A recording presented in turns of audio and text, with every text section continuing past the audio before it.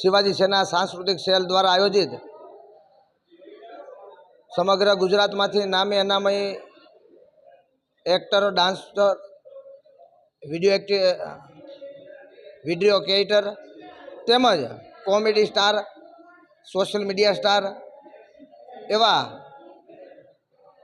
અનેક લોકોએ અહીંયા ભાગ લીધો છે આ કાર્યક્રમની અંદર। અને ફરી ગુજરાતની અંદર 33 જિલ્લામાં સાંસ્કૃતિક સેલ દ્વારા એવોર્ડ ફંક્શનનો કાર્યક્રમ આવનારા સમયમાં રાખવામાં આવશે। જ્યારે અત્યારે રાજકોટની અંદર પ્રથમવાર આ કાર્યક્રમનું આયોજન થયું છે ત્યારે 1000થી વધુ લોકોએ આ કાર્યક્રમની અંદર ભાગ લીધો અને આવનારા સમયમાં દરેક જિલ્લાની અંદર નોમિનેશન રજિસ્ટ્રેશનમાં 1500-2000થી પણ વધુ લોકો જોડાય તેવી અમારી ટીમ કામગીરી ઉપર તત્પર રહેશે। આગળની કાર્યક્રમ કેવો છે તમારા દ્વારા? સમગ્ર ગુજરાતની અંદર જેટલા જિલ્લા છે તમામ જિલ્લાની અંદર ઘણા બધા કલાકારો છે તેમને આજે ઘણા બધા કલાકારોને સ્ટેજ નથી મળ્યું, મહત્ત્વ નથી મળ્યું। એ કલાકાર પ્રોત્સાહન એમને મળે અને એ કલાકાર ઉગતો કલાકાર હોય એમને સ્ટેજ ઉપર ચાન્સ મળે।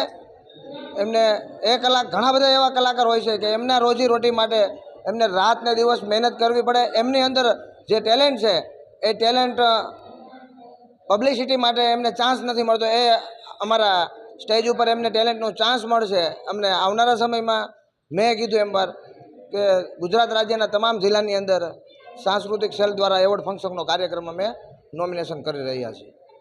આગળનો કાર્યક્રમ કેવો રહેશે તમારો? અને આ વિશે આપણે જે ફંક્શન અત્યારે કાર્યક્રમ રાખવામાં આવ્યો છે, નાનાથી માંડીને મોટા કલાકારો સુધીનો એનું તમે એક સરખો સન્માન કર્યું, એ વિશે શું કહેવા માગશો? આ કાર્યક્રમ મેં વાત કરી એની જેમ કોઈ રાજકીય સન્માનનો કાર્યક્રમ હતો નહીં। આ કાર્યક્રમ જેમને અંદરથી ટેલેન્ટ છે, પછી સિંગર હોય, ડાન્સર હોય, એક્ટર હોય, વિડીયો ક્રિએટર હોય કે કોમેડી સ્ટાર હોય, સોશિયલ મીડિયા સ્ટાર હોય, જેમને અંદરનો જે ટેલેન્ટ સ્ટેજ ઉપર બતાવવા માટેનો એમને ચાન્સ નથી મળતો, એટલે એમને ચાન્સ મળે એના માટેનું અમારું આયોજન છે। અને ફરી આવનારા સમયમાં બધા જિલ્લાની અંદર જેટલા લોકો છે એમને એમનું ટેલેન્ટ અમારા સ્ટેજ ઉપર એ બતાવી શકે એના શિવાજી સેનાના સાંસ્કૃતિક સેલના માધ્યમથી એમનું પબ્લિસિટી મળે એમનું ખાસ અમારું આયોજન રહેશે।